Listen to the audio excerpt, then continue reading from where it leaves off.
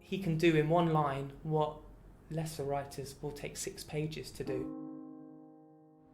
Edward Bond is one of the most important dramatists we have in this country and within theatre culture across the world.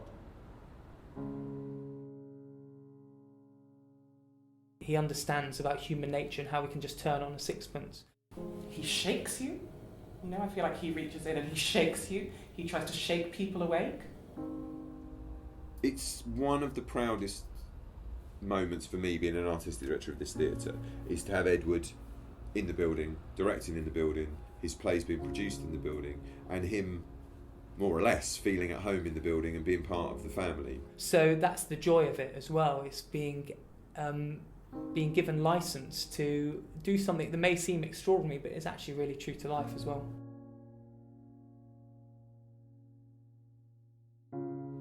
His questioning, challenging, provocative intelligence is something we could all do with. And for Edward, drama is one of the most important processes for humanity. He works to deliver some message for the audience, to help the audience see what they need to transform in our lives, so that we have the opportunity to move together in society towards a more productive outcome, you know, a more positive place. There's Edward Bond the man, and then there's Edward Bond the myth, isn't there? There's Edward Bond you read about in the papers, who's very aggressive when he talks about British theatre, and maybe his passion and his belief in theatre comes across as being pugnacious, but that's very far from the truth, because if you sit, he'll take time to sit you down and he'll talk to you at length as a human being about his beliefs as well. So maybe there's a slightly skewed aspect about Edward Bond in the press. There's something invigorating about Edward's refusal often to compromise. We think of ourselves as a species inhabiting the earth, but also we're a species resident in the universe, and the universe will not tolerate our stupidity any longer.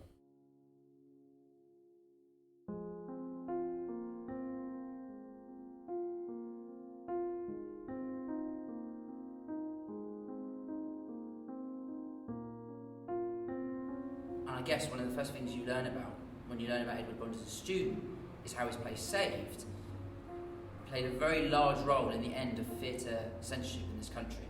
It was sent to the Lord Chamberlain. It came back, and it had literally been marked with a blue pencil. That line out, that line out, that page out, and so on. And I was incensed. I really, really was. I absolutely felt outraged, that somebody could treat me in that way. Somebody I didn't know could just sort of and say what he would permit. So yes, George Savine got involved in some way, because I remember having a conversation with him in which he said, all right, so we now send this to the back to the censor and say, well, we won't say bugger there, but can we say sod here? And no other obscenities were even conceivable.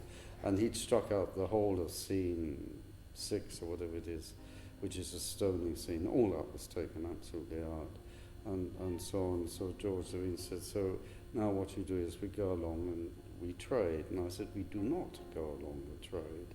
And he said, but Edward, you must, otherwise don't you want the play to go on? And I said, I will not do this. I will not. And they said, come on, you can't be so obstinate. I said, I'm not being obstinate. It's not obstinate to stand up for one's rights. You know, I'd made up my mind. I was not going to do anything the Lord Chamberlain wanted me to do. I absolutely would not compromise on that. So that got everybody else scuttling around. They had a debate in Parliament, but I was quite swapping. No, I won't do anything. And so they all had to sort of rush around squawking and whatever, and bursting into tears and saying the empire was going to be lost. And I had made my position clear to myself and hopefully to others, and that was that. I'd never seen anything like it. The play was seared on my imagination, and it's that wonderful thing when you're 17, when you're so open and you've got nothing to test it against. And it's not so much the stoning as a baby I remember. I remember a strong memory of the pram, but I really remember the fishing scene, the two guys with the fishing, and I remember the sewing scene, the needle and thread of when Len sews Mary's stocking. So that just threw me, surprised me, provoked me, stayed with me. I think it's Sarah Kane says that you can learn everything you ever need to know about a play by reading Saved. The one thing I wanted to do in my life was direct Saved, because for me that was that sort of turning point moment when I saw that play. I didn't realise theatre could be like that. I think Edward always talks about Sean being the only director who he trusts with his work, really, in England, and with good reason, because Sean really understands the whole metaphysical stuff that normally goes over a lot of people's heads. And I have various moments or opportunities with different theatres when it seemed like a good idea, and I'd speak to Edward and he'd say no, or if I was going to let anyone do it, it'd be you, Sean, but I'm not going to let you do it. And so that was fine, because I think it worked out for the best, because it feels to me that the best place for it and the best time for it to happen was last year at this theatre.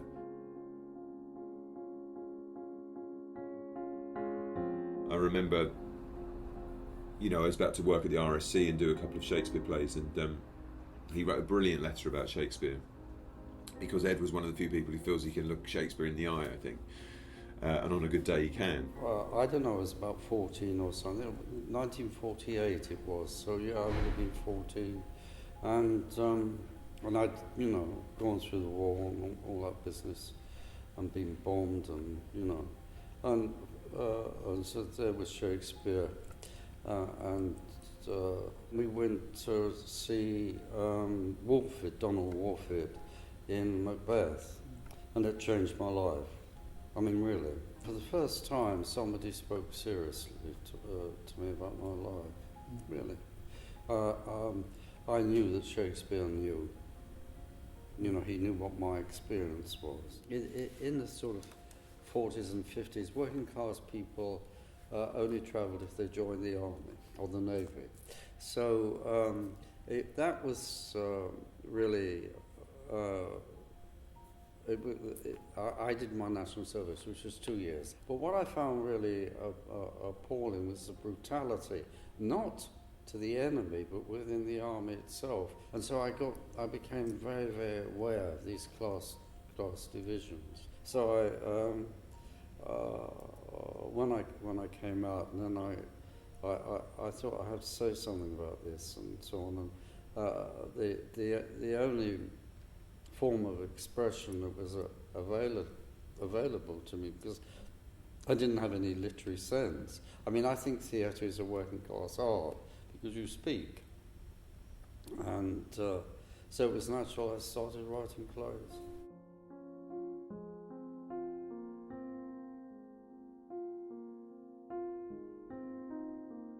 The chair plays are extremely important in this current theatrical climate, because not just because Edward's work isn't being put on enough and it's not being investigated and given enough time, but also because it's dealing with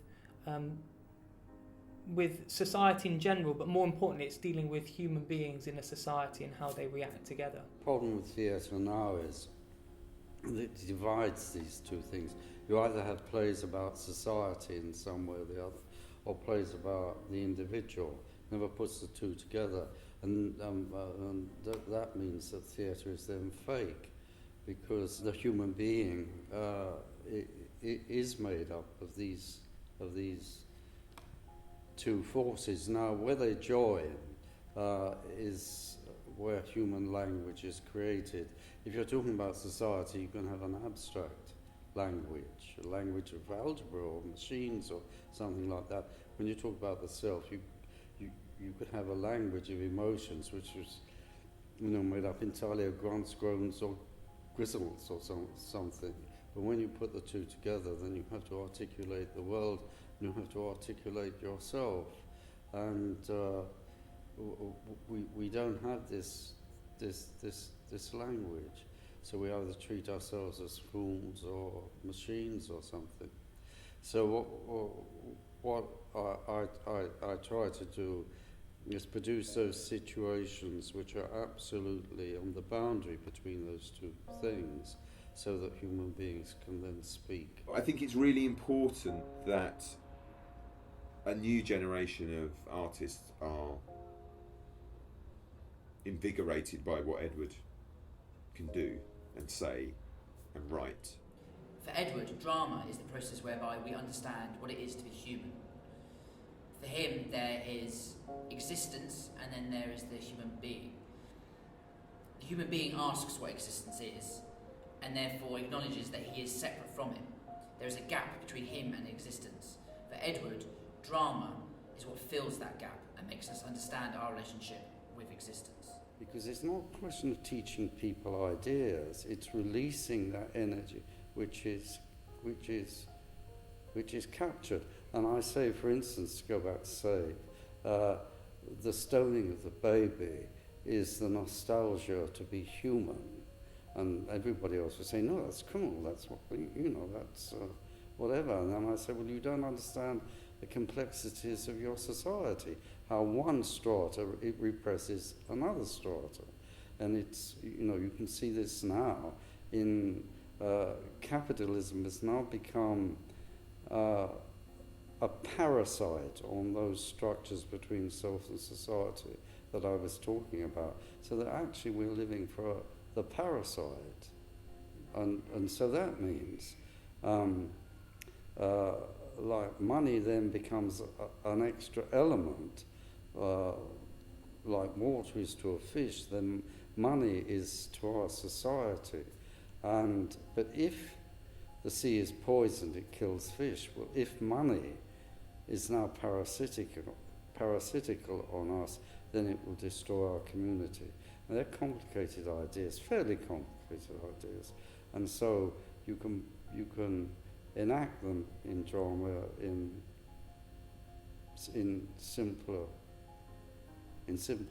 ways. In our own small way, we're trying to creep towards theatre that can change people's minds, that can change how people feel, that can transform you, and which is going against the prevailing slide to the centre.